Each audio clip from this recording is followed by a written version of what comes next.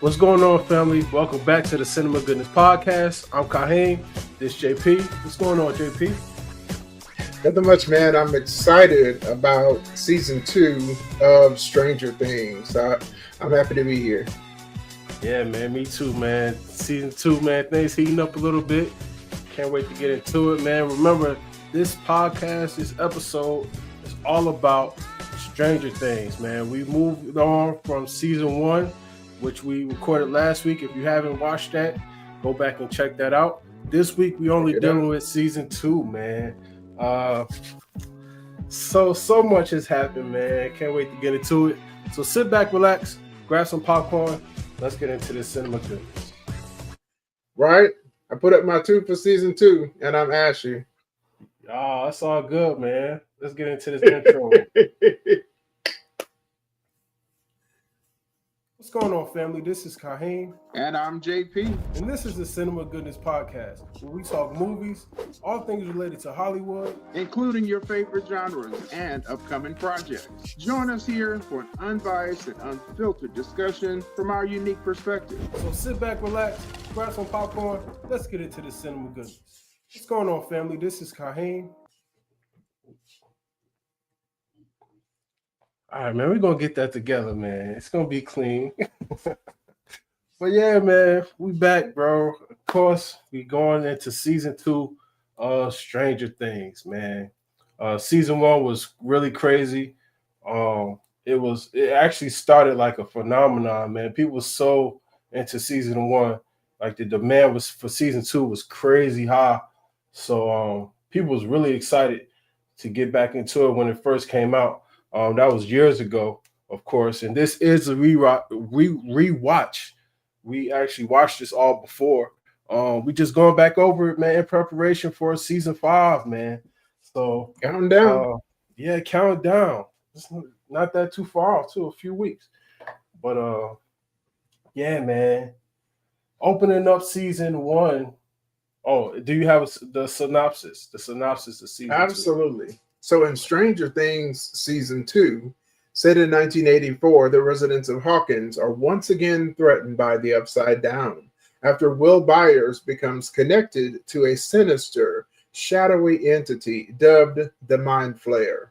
As the Mind Flayer begins to take control of Will and expand its influence beneath Hawkins through a network of tunnels, the group, including a newly returned 11, must work together to close the gate to the Upside Down and defeat the monster before it can fully manifest in their world.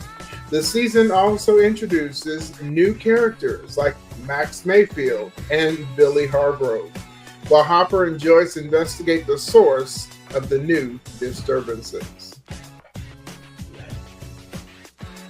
So a year after his return, Will Byers is experiencing visions from the Upside Down. A gigantic arachnoid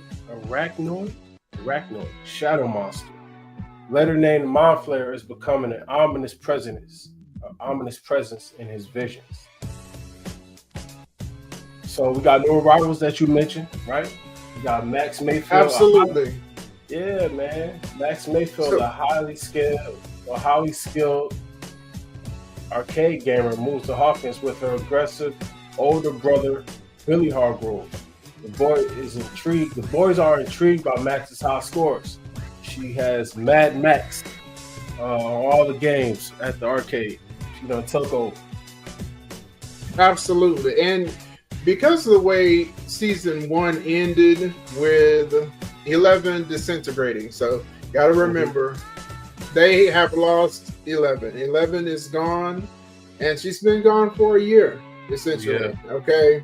So we have to remind ourselves to put our mind in the characters. They've had this gigantic loss. So what the show did, they not only brought in Mad Max and her brother, they brought a whole slew of new characters and essentially made them part of the central cast. So we got a good, a good group cast already, and then we've added in. So not only do we have Max and Billy, now Max is being played by Sadie Sink. Billy is being played by Dacre Montgomery. But we also have the conspiracy theorist, Maury Bauman, coming in. He's going Right. to play a big role in season 2. We finally meet Erica Sinclair, and she's played by Priya Ferguson, and this is the sister. And let me tell you, she is hilarious. She is. I mean, let me tell you, every time she's on screen, playing as Caleb. This is Caleb McLaughlin's character sister. Is Lucas. His sister steals the scene every time. So she's great. She's a new addition. Now, we have replaced the evil Dr. Brenner with Paul Reiser's character, and that's Dr. Sam Owens, and he's supposed to be the good doctor, okay? So his whole spiel is all these bad people, they did bad things, they made mistakes, they talk about this.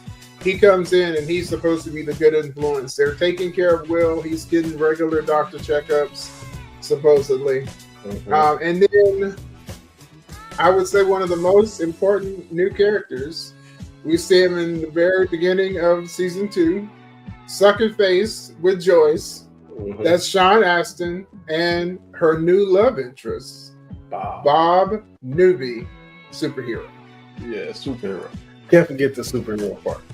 Can't let that out. So episode 1 was cool, man. Got everybody back into the fold, kind of got everybody back to school, seeing everybody in the element. Let me tell you, man, the thing that was so dope about this season that I liked was the chemistry that everybody had that came from season 1, and it just got better in season 2, man. You could tell that everybody got much more comfortable in their characters, outside of the new people, but the people that we know and love, man, like the chemistry was just there, man. It was so great to watch. Everything just felt genuine and authentic. You could tell that they had a lot of fun on the set, man, and everybody was just locked in. And that's something I really can appreciate, and something that stuck out to me the most from this season, man. But it was really dope. Absolutely, and I think that it's amazing for them to achieve that, considering how many new characters there are in the show. We see the central group of kids have gotten a little bit older, so we're starting to see some different things come, even where they're having a little bit of love interest come in as they get a little bit older. So it just brings you right back in. This kind of shows are best, I think, when you can binge them, because you get to see that comparison better. Imagine when we first saw this, we had to wait a whole year between seasons. So if you're just going back and rewatching, like we're rewatching, you're getting a chance to really compare and contrast how they were from season 1 to season 2. And you can see the growth. You can see all of that there. You can see the loss because 11 is gone. But then we bring in all these other characters as well, and just kind of fitting in. So I think it's really good how they grew, and I love that they didn't try to keep the kids little. They've all grown up a little bit, and it's noticeable. Yeah, sure. Well, it is revealed that 11 is alive, because at the end of season 1, we didn't know she was alive. She disintegrated, right, with the demidog. But we come to find out that she did die. If she didn't die, she just went to the upside down. And she actually ended up punching her way back through the school, which was an awesome scene, man. That stuff always looks so nasty, man. I wonder if it's like cold. Is it like warm? Is it slimy? It just looks so, like, the special effects team is real dope. But we also kind of find out through season 1, episode 1, that there's something going on with the harvest. Like, crops are dying, like their plants are like wilting and all of this stuff, and like people are complaining about it, and we don't really know what's going on. But Hopper ends up looking into it. Good old Hopper, man, is one of the staples of the season, man. So we move on to episode 2. We see 11's journey from the upside down, right? She ends up getting out. She's trying to go back to Mike's house, but there's agents and stuff everywhere, so she ends up running into the woods. And this where we kind of see that Hopper has been taking care of 11 and all of this stuff. So they ended up building a relationship, and that was cool, man. They had the good scene with the Halloween when everybody dressed up like the Ghostbusters. That was a classic. All the classic outfits, the costumes, it was good stuff, man. We also found out that Dustin finds a creature in his trash can, right? That creature is like a slug, right? And this is the thing with Dustin, man. He ends up keeping the slug, right? Because he wants, like, I love Dustin's character, bro. Like, he's so just like whimsical, very intelligent, but he also got that childish thing about him where you just don't really know, like, is he sure? Is he really smart? Is he really that smart? But yeah, like, keeping that slug was a bad idea, bro. Let me tell you, okay, and this is gonna be, I'm gonna address it right from the beginning. There's almost a little bit of a reset in season 2. So the government comes in, they swear everybody to secrecy, okay? And I'm talking about it here because it has everything to do with that slug. Y'all just went through this crazy, supernatural, paranormal thing. If anything weird happens, I'm calling everybody. We having a meeting. I'm not going to ignore it and then, let it fester. So I felt like, I don't know how believable it was for me for them to not immediately make the connection that this has to do with the crazy stuff happening in their world. Right. So I understand they're supposed to keep a secret. They can't tell anybody. But this whole idea that they don't understand how dangerous it could be when you have seen people literally get eaten by otherworldly monsters is crazy. Yeah. And that decision, I know it was important to the plot, but that's a sticking point for me. Yeah. And I had a question for you, and this is for our audience if you're watching and listening. Could you have kept the secret? Would you have agreed to it? Because you almost have to live a lot in order to act like it's normal. I don't know. What do you think? I feel like black people, we telling somebody that wasn't there. Like we gotta tell somebody what's going on, bro. But how believable is it though? You know what I'm saying? Would you really feel comfortable telling people that there's an alternate dimension with demons and shadow monsters and beasts and things like that? Like, how comfortable would you be just divulging that information? You know what I'm saying? You're right. Because when they eventually tell somebody, it's not believed. So I get that. I guess maybe my point is, you find something that you cannot define where it comes from. That first time that thing growled at them, they should have been like, "Oh no, wait a minute, kill it! This is a monster. It's not real. It cannot be an animal that we don't know about." Yeah. See, so that's my thing with Dustin. Like, as smart as he is, he should have recognized that this was like, it was from the Upside Down. Like, he didn't do it. And that was like a flaw in his character. He made a mistake. He made a huge mistake. Yeah. I don't remember him if he ever saw the demo dog from season 1. And that's what I was trying to remember without actually go back and watch it. Did he see it? Did he actually see it, or was it like something that they heard about? They saw it in the last scene. They were in the classroom because all of the main cast, the main group and L were in the science. I believe that was a science room. They were cornered in when she killed the Demogorgon, and they both disintegrated. So he saw it. Yeah. You're right. So Dart escapes, right? And Dustin captures it. Will instantly recognizes it as a creature from the Upside Down, triggering a flashback of him coughing up a slug-like creature in season 1. So Will has got his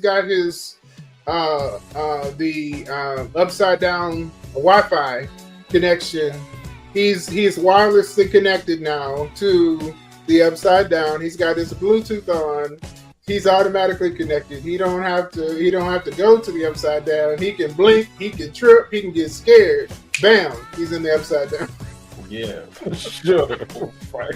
Freaking out, man. So 11 is desperate to see Mike. She finds him talking to Max at the school. In a fit of jealousy, she uses her powers to make Max fall on her skateboard. And then she has a heated argument with Hopper. Yeah, that was crazy scene. We just kind of seeing that 11 still attached to Mike, and she's jealous just like any other girl. She sees him talking to another girl, and without even knowing what's going on, she just, makes emotional decision. Yeah. So, and she hasn't learned. We haven't gotten to the point, because eventually in the show, it's post this season. I don't remember whether it's 3 or 4 where they integrate her. I think it is 3. But she's at the point where she hasn't gotten any schooling. She hasn't gotten any socialization. So for Elle, a lot of things are just like instinctual. So there's not, she doesn't have like the full reasoning. She's still getting basic words down. She's learning little by little. And Hopper, as great as he is as a leader and an investigator, he's not a great teacher. He's just doing the best he can. So she hasn't learned a whole lot right now. So I don't blame her, just because most of everything she does is instinctual.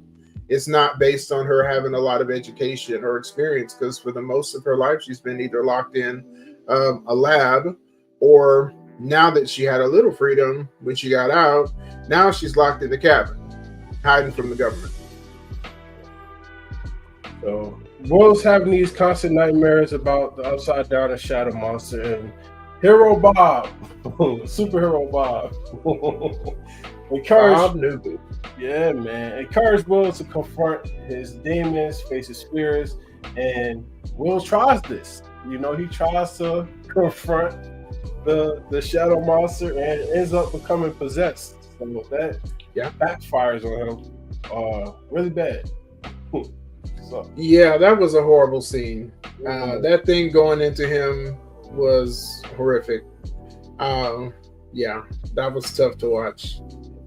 Let's not knock this man's I don't know his name for real, but his acting through this whole season, bro, on point. Will, because it was so emotionally charged, so like not demonic, but like dark and like evil, and he just delivered on every scene that required that of him, man. You could see the difference between like from season 1, how just like full of life he was, and then season 2 is like totally different, and he nailed it, man. He nailed it. Yeah, Noah Schnapp is his name, and when I tell you, he's doing a great job. He's done a great job throughout this whole show. The nuances in character differences, because of him getting possessed, then I don't think that they always identify it, but his acting lets you know when he's Will and when he's not Will. Even though it's very subtle, but it's very noticeable as well. So that was really a great part that I like going as we're getting toward the climax of the season, as they were fighting. What they didn't actually name it the Mind Flayer until like the very last episode, I believe, or the end of episode 8 into episode 9. But yeah, that his acting A+. He keeps you in there, and he's doing a lot of facial stuff because they do a lot of like close-ups on him. And he's giving you everything. As a child actor, I mean, he's not just absolutely knocking it out of the park. Yeah, no doubt. So Nancy and Jonathan resolve that they're going to expose Hawkins Labs and get justice for Barb's death, her best friend that died in season 1. They make a secret recording of Dr. Owens admitting to the cover-up, which was very smart. Nancy is smart, man. She got the thing where you don't really know that she's smart until she's smart. Like, she shows up, man, and she delivered every time, bro. So, Oh yeah. That team up was great. That because that's one thing the show does. It breaks them up into different teams, and they all have a different objective. So that was a great team up. And Nancy is absolutely spot on when she's not trying to impress somebody and she's being herself. She is one of the best characters on the show. Yeah. So the shadow monster controls Will. Joyce and Hopper realize Will is no longer having visions, but is a spy for the Mind Flayer, who's using Will's connection to see and relay information. That was clever, man, because you wonder like how he's going to get.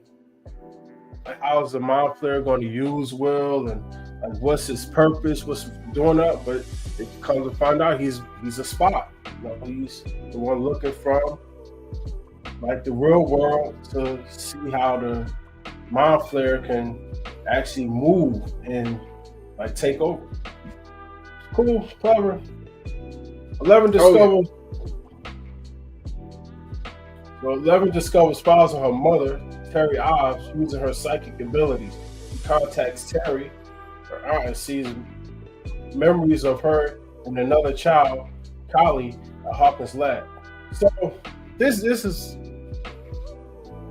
I'll wait till we get to it. The Rotten Pumpkins lead Hopper to discover a subterranean tunnel system that is part of Mind Flayer's network. He becomes trapped in a toxic tunnel. Thus, his pet dog, Dart, molts and transforms into a far more dangerous creature resembling a Demogorgon. And this kind of the light that pops. Oh, he's not like a slug or nothing. He's a beast from the upside down, which is something. He is a Demogorgon.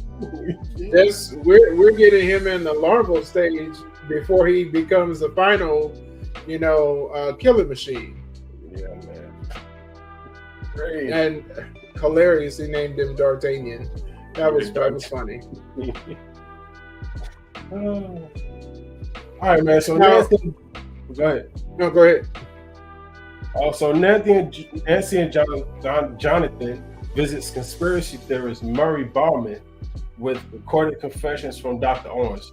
Murray convinces them to water down the story so it'll be more believable to the public. This was my favorite scene. Like Murray, bro, like he is hilarious. Like he's the adult version of Dustin, I think. Like just to break up the tension and stuff like that. Like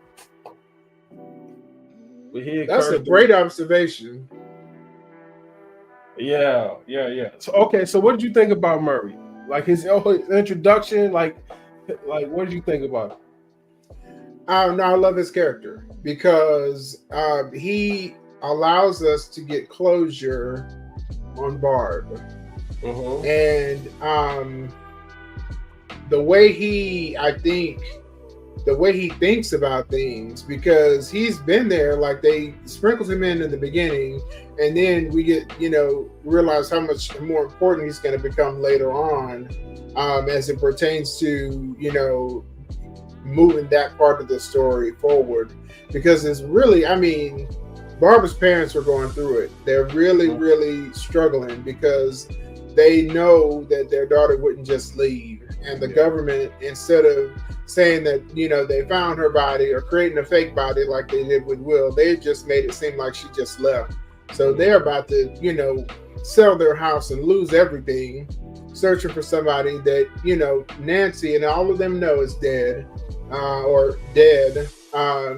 and is not coming back. So I love that Bauman is a central part of that. And then he brings in that really important point that you just mentioned. If you try to tell them everything, they're not going to believe you. They're going to think you're crazy. So give him a little bit.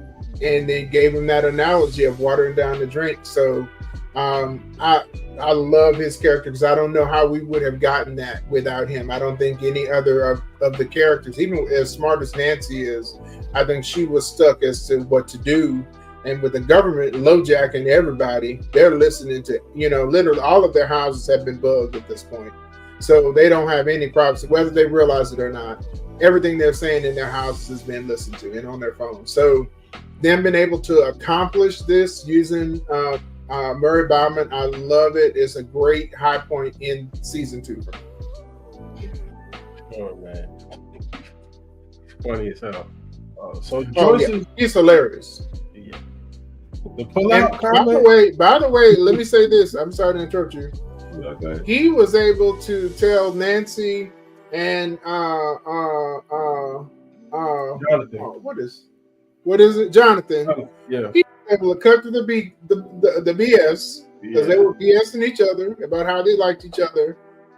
And he was like, "Hey, I mean, I don't know who you think you're fooling. You're fooling yourselves." And they finally got over themselves and you know, consummated or whatever you want to call it. But you know, they stopped lying and took the way it needs to go. Yeah.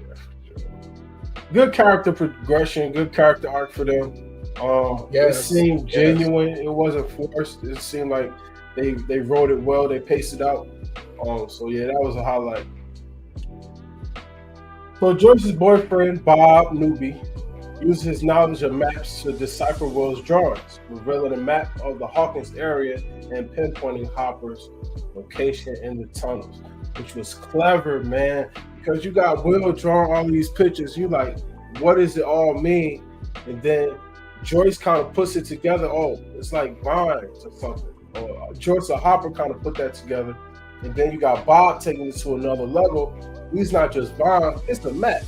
You know what I'm saying? It's a map of Hawkins. And that was really clever, man. Yeah, they said they needed a big brain, so they went to Bob Newby, superhero. I mean, he got the protractor out. He was using relative distance to be able to create a distance for the map. They would figure out about how far something. I mean, hey, he was. That's why I said adding these new characters in was a huge plus because I don't know where this season would have gone without them. So Bob Newby, you know, was a great addition, and I loved. First of all, I grew up loving Radio Shack. The fact that he worked at Radio Shack, most of the electronics and toys and stuff that I loved as a kid, they all came from Radio Shack. So this was prime time nostalgia for me. R.I.P. Radio Shack. You know, it's not with us anymore, but it's in our hearts. Right. So Joyce and Bob Radio Shack back. Yeah, we're gonna bring it back. Get a petition, man. So Joyce and Bob venture into the tunnels to rescue Hopper, who was entangled by the vines. When the scientists burn part of the tunnel, Will collapses in pain, proving his strong physical and mental link to the Mind Flayer, which was crazy to see. Like, that's what I'm saying. What Noah, his delivery of this scenes, bro, like, was just top tier, man. I wonder how they directed him to just give that performance, bro. Even like the shaking and all of that was cool. Like, it was just, it's real, what's it called? I'm gonna say gut wrenching. That's what I'm saying. It's a good word. Let me tell you, although Stranger Things is horror, I never feel like it's horror. I feel like it's like sci-fi fantasy when I watch it, but it definitely is horror. But this moment, like the possession of Will Byers by the Mind Flayer, is absolute horror. The blood-curdling scream and the shaking, I mean, he definitely looked demon-possessed. So that was a crazy scene because I was like, oh, gosh. Man, the way he was screaming and shaking, it was like they were burning his skin. I mean, he killed it. He killed it. Yeah. He upset him. They shouldn't have did that. He upset him. Oh, he got his revenge. His revenge. The Spy, Chapter 6, The Spy. Mind Flayer uses Will to manipulate Dr. Owens into sending the soldiers into the tunnel to investigate a specific area where they are ambushed and killed by a pack of demo dogs. That was clever, man. Because at first they got it to like Will, you think Will is helping them actually defeat him, but it's a whole setup. And like the way they set it up was like they thought they was going in there to do something, and then all of a sudden the sounds and the rush of the demo dogs came through, and it was just like, man. And Yeah, you know what's amazing about this scene, because it's the way they got you here. Right before this scene, they're happening simultaneously, but we see it as the audience first. The kids are trying to set a trap for Dart. Now that they realize Dart is a Demogorgon or Demodog at this point in this larval stage that he's in. And Steve Harrington is there with the kids, one of my favorite team ups of the season. And it is in that moment that we realize that Dart is not alone. And that scene was so creepy because we're thinking it's going to be Dart coming, and it is a whole pack of soon to be Demogorgons that were about to descend on them in the I guess it's like a junkyard that they go to sometimes, where they were in the bus. And so that right there leads us into that scene, because it's literally at that moment when they're right about to lose and about to be, Steve Harrington is about to literally be killed, or the group be killed, is when, the Mind Flayer calls them back, and they go into the tunnels and they ambush the, the military guys that were going in, based on, the trap that he had set. So it's like one thing happens impacting the other all at the same time. So that was a cool scene, because that brings them descending onto the military guys in the Upside Down, and also after they attack them, they go straight for the facility. And we know that Will is there, Joyce is there, Hopper is there, Mike is even there, along with Dr. Owens, and Bob Newby is there as well. So they're all about to be trapped in this horde of Demodogs that's about to descend on them. That was probably one of my favorite parts of the whole season. That whole sequence from the junkyard to the Upside Down to the fight in the facility. That was perfect. It was great. It was like edge of your seat action. Yeah. Sure. So the episode ends with the Demodogs breaking into Hawkins Lab. You mentioned that, trapping the occupants inside. Now we take a break from that. We move on to chapter 7, The Lost Sister, which was not my favorite episode, man. I felt like it was like a filler episode. You didn't need to do that. But also I feel like they did that so they can get 11 back to Hawkins, because she left her mom. And so instead of her going from her mom back to Hawkins, they kind of weaved it around. Like, oh, you have an outside connection other than, I guess, Papa. You got an outside connection, your sister. This girl that can kind of make you see whatever she wants you to see. What you think about that episode, man? Chapter 7, Lost Sister. Filler is a good word. Didn't need to be there. Had no ultimate impact on the outcome. They did 9 episodes. I guess this is the first for me. They could have done 8 episodes. They could have cut this out and it would have had 0 impact on the outcome of the season. Now, unless I'm forgetting something, I know that this show plants seeds and then we see the fruition of it later on. But beyond season 2, I don't know if there's any real impact from what we saw in the Lost Sister episode. If it is, maybe if I'm forgetting, school me, correct me in the comments. But man, that whole section was just completely unnecessary. And I don't think that it advanced Elle's character. Well, let me do this. Let me say this. Yeah, I was gonna say. Let me say this. The one thing that she did get from her sister was how to focus and amp up her power. Right. Connecting it to her emotion. But I don't think necessarily she needed her sister to deliver that message to her. I don't feel like it was necessary. Yeah. What about you? I I see that they put that in there to give her sister a little bit more validity in the episode, because without that scene, they really could have left it alone. What was her purpose without that Yeah. scene? So I think that was it, to kind of give her a little bit more, a little other connection, but also give her the confidence to close the gate, which was the kind of like the main point of the second season. Like, she has to close the gate. She has to get back to Hawkins and save everybody. So I think outside of that, the sister didn't have a purpose, but they did kind of tie it into the main storyline, you know. But they could have went another way with it. I think they feel like that's kind of what they had to do. But so when the gang tracks down, go ahead. You say that again? No, I was gonna say I don't know. I feel like they could have used her mother in that scene instead of her mother, you know, not being able to communicate at all. If she had been able to communicate with her mother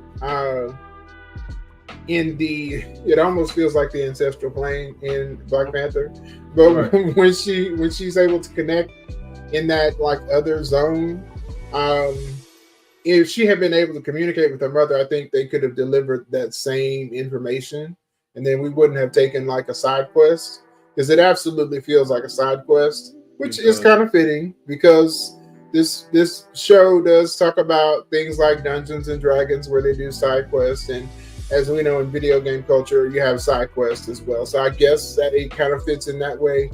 But to me, it took away. No doubt. So when the gang tracks down the former Hawkins Lab employee who tortures her mother, 11 confronts him but refuses to kill him after seeing a photo of his children. She flees when the police arrives, ultimately deciding to return to Hawkins to protect her friend. She has that vision and everybody's in trouble, so instead of going with the group, she goes back to Hawkins.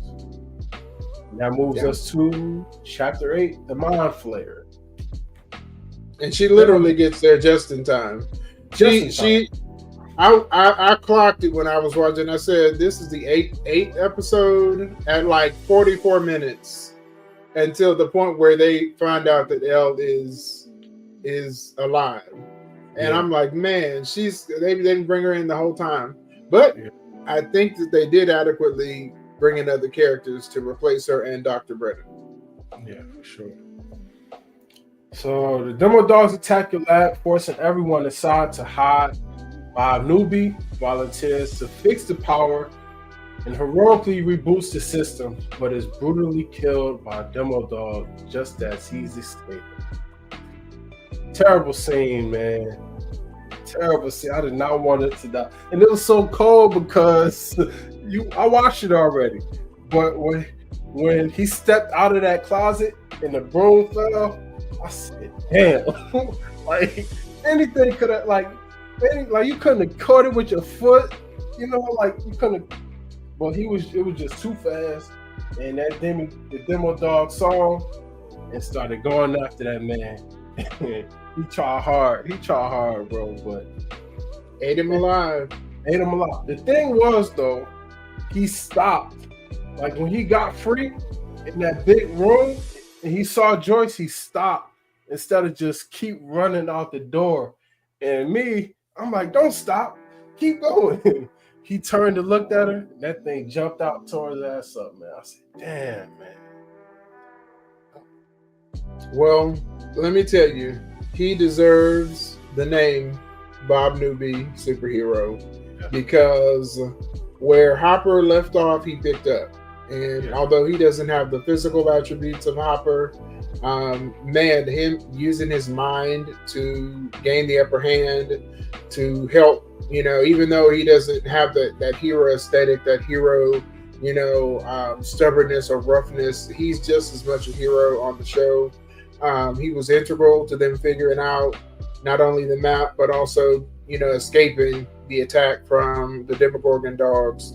So, yeah, rest in peace to Bob Newby. Very, very sad ending for him. He definitely earned that name of being a superhero. So the kids realize they can help Will by confusing the mind flayer and distracting it. They realize he's a spy, but if Will don't know where they are, he can't really bring the mind flayer to them, so it could possibly save them. They take him to Hopper's cabin and puts him in front of a heater to burn the monster out of him. While in the trance, Will taps into a message using Morse code, which was a callback to Hopper and 11 using Morse code to kind of contact each other, kind of have conversations that nobody really knew about, and that just let us know that Hopper knew Morse code. So when they call back to it, or when they go forward with this idea in Chapter 8, Episode 8, we kind of feel like it's not coming out of nowhere. Hopper knows Morse code, so he can kind of help decipher the message, which was very clever. I think the Duffel brothers did a good job with that kind of foreshadowing piece, or the Morse code. Now, the Morse code, that part was when they were in the shed at his house. Mm-hmm. Now, this is, keep in mind, they had to take him to two different locations. So the first location was in the shed, but when the phone rang, it let him know where they were. And so, the Mind Flayer called his minions to attack. So they moved him. And so that's when we end up with two different, the group splits. And so his mom, Jonathan, Nancy, take him to the cabin, to the second location where they know he will not know where he is because he's never been there before. So he can't even call any reinforcements in from the Upside Down. But then that leaves the other part of the group where they're going to be under imminent attack at Joyce's house, at Will and Jonathan and Joyce's house. So we split the group, but I mean it's amazing because we got the fight is happening in two different places at one time. So it's cool how they were taking us, from one point to the other, and I love the idea of them burning that doggone demon out of Will. Get that demon out. Yeah. They got it out of there though. Most of it. Yeah, that scene was crazy, man. Her just holding him down, like, get the hell out of my son. Like, that's crazy. Shout out to Winona Ryder, man, for just selling it. An awesome performance, bro. So, 11 ends up coming back, of course, to kill the demi-dog that was going to attack them. And then, reunite with Mike. That was a whole tearjerker scene. He was in love and such and such and such. Beautiful scene, though. So, moving on to Chapter 9, The Gate. The group comes up with a two-pronged plan. Joyce, Nancy, and Jonathan, like you said, burn the Mind Flayer out of Will, while 11, Hopper will close the gate at Hawkins Lab. Steve, Justin, Lucas, and Max venture into the tunnels to burn the main hub, distracting the demo dogs. Dustin is briefly confronted by Dark, who remember their bond and left some past. With the Three Musketeers, man. I'm not a big Three Musketeers fan. I could do without the candy. You like Three Musketeers? Like the candy? I'm not a big chocolate person. I'm chocolate isn't a black man, but I don't like chocolate like that. I like regular candy. I've never been a big chocolate person, so no. 11 successfully closes the gate, severing the Mind Flayer's connection to the demo dogs and rescuing Will. That scene was fire, man. Or does she? Ooh. Or does she? Yeah, man, that scene was fire though. The effects was fire, man. Her flowing with the blood coming out of her nose and just one of my favorite scenes. Yep. After traumatic events, 11 is officially adopted by Hopper as Jane Hopper. At the Snowball, Mike, 11 share a kiss. However, the final shot reveals the Mind Flayer is lurking ominously in the Upside Down, now aware of its enemies. That scene was crazy, where they pull out from the school and then they do the flip into the Upside Down. Smooth, man. Smooth scene, bro. Smooth That scene. cinematography is excellent, and it Oh, gives yeah. you what is it? Okay, I'm not even going to give you a hint. What scene does it remind you of? Scene doesn't remind me of. You know this, Kareem. You know it. I'm not gonna say too long. I know when you say it, it's going. I'm gonna be like, oh, but I don't have it. I don't have it. It's Let in me the know. Marvel universe.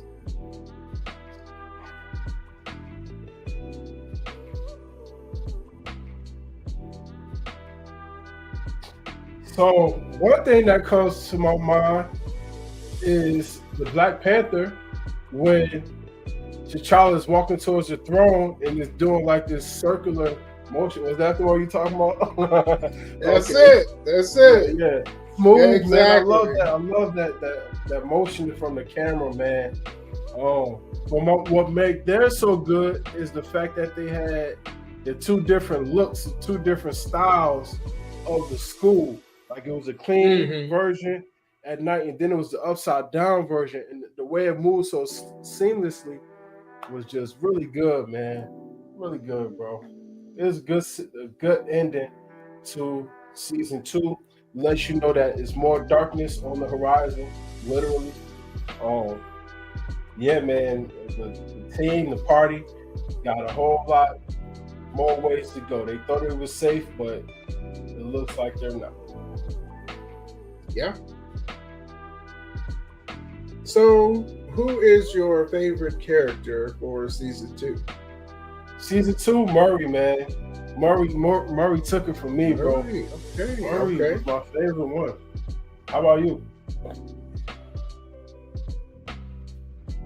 Well, it's a tie for me. I wrote down Steve Harrington as my Mhm. favorite character because I really love his team up with the kids. Mm-hmm. But as we've been talking, man, Joyce Byers Yeah. in that scene when she was telling that demon to get out of her son, man, you know what? You know, I'm gonna give her the edge. I'm gonna give her. She's my favorite character this season because she was not gonna give up. She wasn't gonna be deterred. And then when Jonathan lost his nerve because he was getting emotional and thought that Will was gonna die. Joyce was like, "No, my boy's gonna live, and this demon's gonna get up out of here." Yeah. So I gotta give her that. That actually was my favorite scene. I know we're gonna talk about our favorite scene. Okay. That scene, the exorcism, was my favorite scene, man. So Okay. yeah. I wrote L closing the gate with them casting the demon out of Will was my favorite moment. My least favorite moments, although I understand because we met his father, everything with Billy Hargrove, I wanted to kick him off the screen. He was driving me nuts. And you know why? Because even though we saw this in 2017, this was written and recorded before then. Mm-hmm. We are seeing people act like Billy Hargrove in real life in 2025 and doing it unabashedly. So, man, he irks me. Yeah. He irks me, especially him talking about don't be around people like that. I was like, okay, all right. He had one of the strongest performances, though. I ain't gonna lie. He did. His performance was really good, bro. Especially when they was driving down the street and they thought he was going to hit them. Like Max thought he was going to hit him, and she like swerved him out of the way. He was like, "Oh, that was a close one." Like he didn't even care. Like, yeah. As a pure antagonist, absolutely, because there's nothing redeeming about him at all. Yeah. We get a peek that he is the way he is because he's being abused by his dad. Yeah. So we get a chance to see that, and you see, as big and bad as Billy Hargrove is, his abusive father trumps him every day. Always a person bigger and badder. As they Always. say, hurt people hurt people. Hurt people. So Yes, sir. Yeah, man. So, what was your funniest moment? ooh, funniest. It's got to be Erica telling Dustin to shut up and stop talking. Hilarious. She was funny the entire. I mean, I love her introduction. I love that we got to see his parents a little bit. Not very much. We mainly met Erica, and I love that, you know, her character coming in as a stronger character. We know later on she becomes a main character. So she's hilarious. But I will say, the Murray Bauman scenes, also hilarious because he's funny. Yeah. Yeah. Sure. Yeah, Murray is my favorite. When he was telling them to, basically encouraging them to stop playing around with each other, feelings, and get down. Stop lying to themselves. In the morning after, he was like, "How was the pullout?" You know what I'm saying? That was hilarious. Yeah, man, that was funny. Hilarious. All right, man. So I think that's it, man. What would you rate season 2? First of all, I think we forgot to rate season 1. But what is your rating for season 2? And we'll go back to season 1 as well and rate it. So I'm around an 8.5 for season 2. Okay. I'm at an 8.5. I feel like that chapter 8 they could have kept that. But other than that, it was really good. Okay. I'm with you. I'm gonna say an 8, but I would give season 1 like a 9.5. Yeah. Season 1 is a 9.5 for me. Season 2 is an 8, and I would say almost exclusively because of having one whole episode. And you know what the worst part about that episode is? They literally interrupt one of the most action-packed scenes in the season. Yeah. For us to go into La La Land, and I'm like, literally, the demo dogs are about to attack Hopper and Mike and Will, and we're over here with the emo kids in Chicago, fumbling around. Yeah, I think that's why it's most egregious. If it had been earlier in the season when we first, because they introduced the Indian girl as a kid way early. Yeah. It would have made more sense if we got that background earlier. Yeah. Because we don't get 11 until the very end. So they could have still made that same connection, put that early in, but for you to interrupt the main action, boo, tomato. Yeah. Sure. All right, man. Next week we getting into season 3. We're moving right along, preparation for the release of season 5. We might do something for season 5. I think we're still talking about what exactly we're gonna be doing. But yeah, man, I've been enjoying these rewatches. I forgot how dope it was. I'm actually already on season 3, bro. I'm already there. See, I told you I don't want to mix it up when I'm doing my reviews. So I stopped watching, but I'll probably start on season 3 because once you start getting them, they get so good. Yeah, man, you want to watch another one, and then you realize, hey, it's 5 o'clock in the morning. You gotta work. No doubt, man. All right, family. So if y'all watching Stranger Things with us, let us know. If you haven't jumped on the train yet, please do, man. We want to hear from y'all. Let us know what y'all are thinking about the season. If it's stirring up some old memories about where you were, what you experienced, all that good stuff, man. Let us know. Put it down in the comments. We'll be sure to check it out. Anything else, JP? I'm good. Stick with us. Ride with us all the way to the end. Season 5. We're going to go out with a bang. Yes, sir. Yes, sir. You have a light that is out of this world. Let it shine to be the richness that this world deserves. Much love, family. Being rich. Peace.